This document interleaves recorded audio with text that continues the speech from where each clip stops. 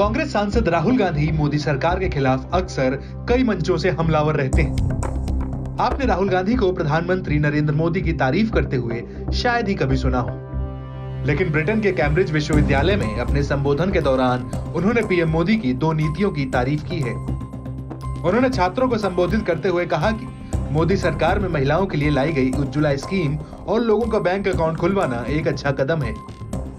Rahul Gandhi Britain के प्रतिष्ठित Cambridge university में छात्रों को संबोधित कर रहे थे।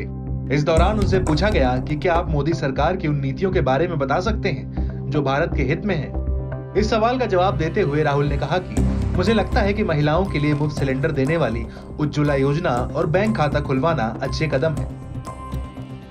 हालांकि इसके साथ उन्होंने ये भी कहा कि पीएम मोदी भारत पर ऐसा विचार थोप रहे हैं जिसे कोई स्वीकार नहीं करेगा।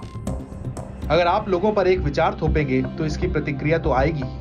राहुल गांधी ने मोदी सरकार की 2 नीतियों के अलावा कई मुद्दों पर सरकार की आलोचना भी की है। राहुल ने कैम्ब्रिज में बोलते हुए कहा कि भारत का लोकतंत्र खतरे में है, मेरे खिलाफ केस दर्ज हुए। उन्होंने इसी बीच स्पाई सॉफ्टवेयर पेगासस का भी जिक्र किया। उन्होंने कहा कि मेरे फोन में भी पेगासस था। मुझे अफसर बोलते थे कि फोन पर सोच समझ कर बोलना, आवाज रिकॉर्ड हो रही है। राहुल ने कहा कि विपक्षी नेताओं को बोलने पर जेल में डाल दिया जाता है, ये कई बार हो चुका है। साथ ही राहुल गांधी ने कैम्ब्रिज में अपने संबोधन के दौरान भारत जोड़ो यात्रा को लेकर भी कई बातें कही। कश्मीर का जिक्र करते हुए राहुल ने कहा, कश्मीर कई सालों से हिंसाग्रस्त है। अधिकारियों ने सुरक्षा को लेकर आगाह किया, लेकिन जब हम आगे बढ़े तो हजारों लोग तिरंगा लेकर साथ आ गए।